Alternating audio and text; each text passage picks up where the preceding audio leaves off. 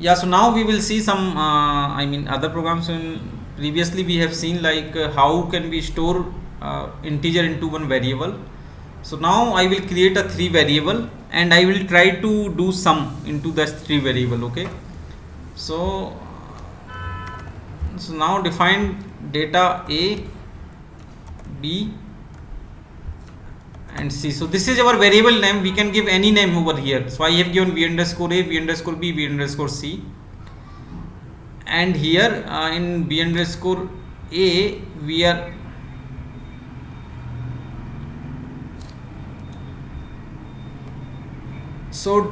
writing data because we are declaring something. So whenever we declare any variable, data is the keyword. Okay, so that ABAP can understand, okay, you are going to declare some variable. If I don't write data, then how ABAP will understand, right? So if I declare like this, v underscore d type I, so ABAP cannot understand you have declared something over here. Okay, that's why we are using data. Okay, so now yes, so I have assigned 20 to a, 30 to b, and in c I am assigning v underscore a plus v underscore b. Okay, so now what it will do, it will take the value of a and b and it will add those value and assign it to c. So this is nothing but a assignment operator. Okay, so here what it is doing, it is assigning 20 to v underscore a, 30 to b underscore b, and this v underscore a and b is having 30 and 20, so it is adding those things and assigning to v underscore c. So again we will get the same output like 50, right? So this is how we can use the variables, and we can assign the values of the variable into the other variable, or we can assign the values. So this is very simple program. Okay, if you want at your home, you can try one program for swapping the value. Okay, so you have to store something in a and b and then you have to swap. So that program you can assign it as you can try it as an assignment. Okay, now let's see. So in general scenario, we are not giving any hard code value for some program, right? So we have to pass this value from the database, not from from the front end or from the selection screen. So input screen in ABAP, we are saying the selection screen. Okay, so now how can we get the value from the user? So it will be dynamically. As of now, this program is executing for only constant value, right? So it is only adding 20 and 30. But if I want to make it dynamically, so I want the input from user, so we have to create our selection screen and then we execute. That selection screen will appear and we can provide the input over there. So for that I have to write parameters. So parameters is the keyword to provide an input in a selection screen. So it will provide a single input. So p underscore a type I. So in this particular parameter I can take a type of integer value in this p underscore a. Okay, so as of now I am deleting these things because we are not using this. So unnecessary things I have deleted. So we are having something called parameter a and parameter b. Okay, and now what I will do, and this is not a case sensitive language, so we can write in caps, small, anything. Okay, so this is not any problem. So here I have provided this a and b, I am adding these and I am assigning to v underscore c, and now activate it, execute it. So here in p underscore a, if I provide anything like 7 and 8, and when I click on this icon is nothing but for execution. So you can see the sum is 50. So it has done the sum. If I want to change anything, I can change, and if I execute, it will add those things. So now our program is dynamic. So if we want to take any input, what we will do, we will use this parameters as an input. So any doubt till now?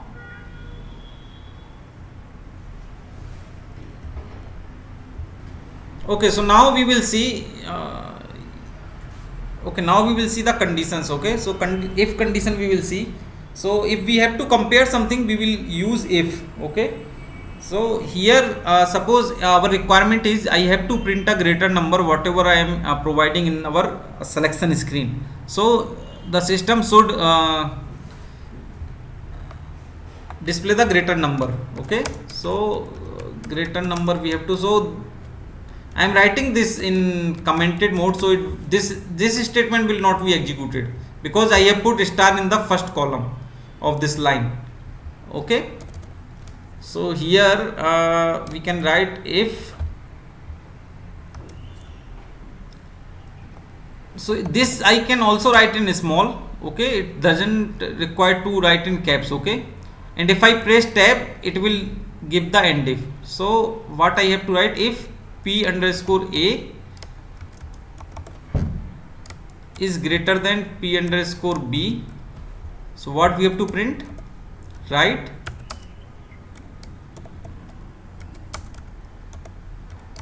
greater number is p underscore a, and else we have to print is p underscore b. Okay, so do you have any question? So how it will execute, like whenever we give any input in the screen, it will come here, it will check whether a is greater or b is greater. So if it is greater, it will print this and come out the program. If this condition is not satisfied, it will go to else part and it will print the else part. So at any time only one condition will be executed. Okay, so let's activate this. Okay, and let's execute this after activating. So here I am giving 2 and 4. When I execute it, it will say greater number is 4, and if I put 5 and 4, it will say greater number is 5. Okay, so now let's see how it is working. So we can see in debug mode. So this is very simple program for debugging. Okay, so how can we debug? We can just put /h and press enter. You can see our debugging is switched on. Okay, so when I click on this execute button, so it will go in debug mode. Okay, now we have to press F5 every time. So either I can press from here or from desktop. So I am pressing from the front end. So if I click on F5, it will come here. If I double click on this variables, I can see the value. Okay, so as of now, so here, so why we are debugging? So that we can understand how to debug first of all, and we can also understand how our program is working. Okay, yes, so here you can see the PA is having value of 5 and PB is having value of 4. So in this condition, it will check whether 5 is greater than 4 or not. Okay, so it is greater, right? So if it is true, it will go inside the if. So if I press this, it has come here and then it has come out. Okay, and if I give this as a lesser, and when I switched on the debugging again by /h and execute it, it will again stop. And if I do F5, so now PA is having 3 and PB is having 4. So it will go to the else part directly and it will execute the else part.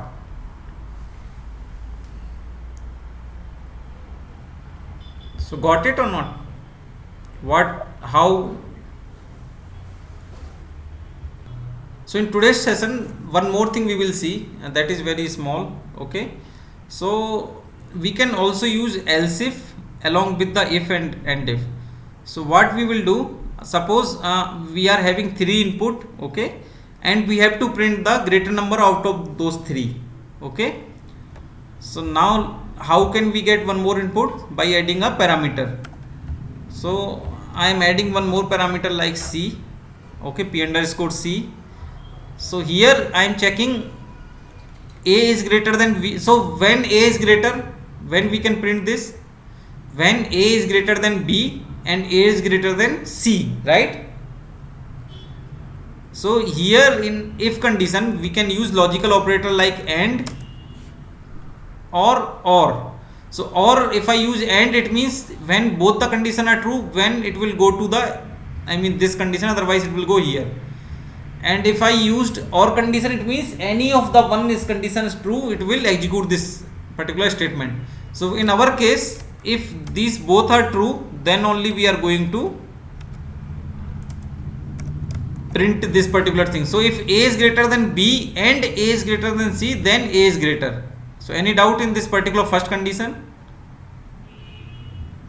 No. Okay, then we can write else if. So in else if we can add multiple condition. So here P underscore, so if P underscore B is greater than P underscore A and P underscore B is greater than C. So if this is greater than, then only it is greater, right? And else what we can see, we can write greater number is, yes, correct, P underscore C, right? So see here how it is working. So if A is greater than B and A is greater than C, then only A is greater, right? Suppose I have given 10 here, and here I have given 7, and here I have given 5. So 10 is greater than 7 and 10 is greater than 5, so it will print this.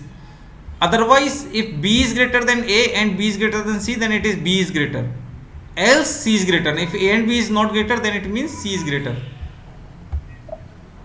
Okay, so let's activate this.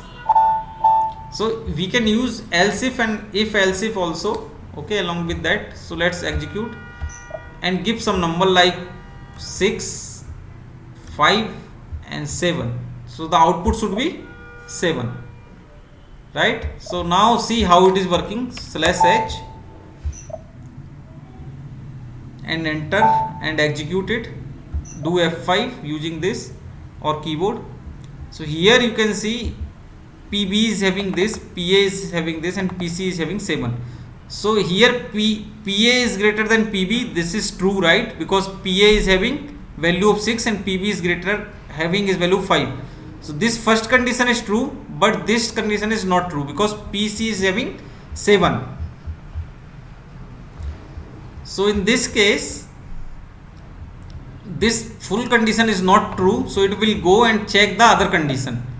So in other condition, PB is not greater than PA, right? PB is 5 and PA is 6.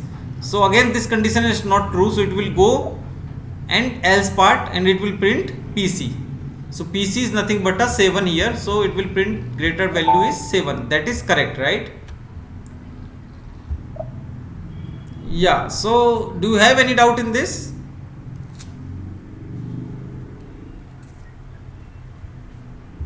In our next class, I mean continuation to this, we will see like how we can select data from database, and how can and what is internal table, how can we store data in internal table, and how can we print the table data into the output, okay, using loop statement. So these things we will see in our next class, okay.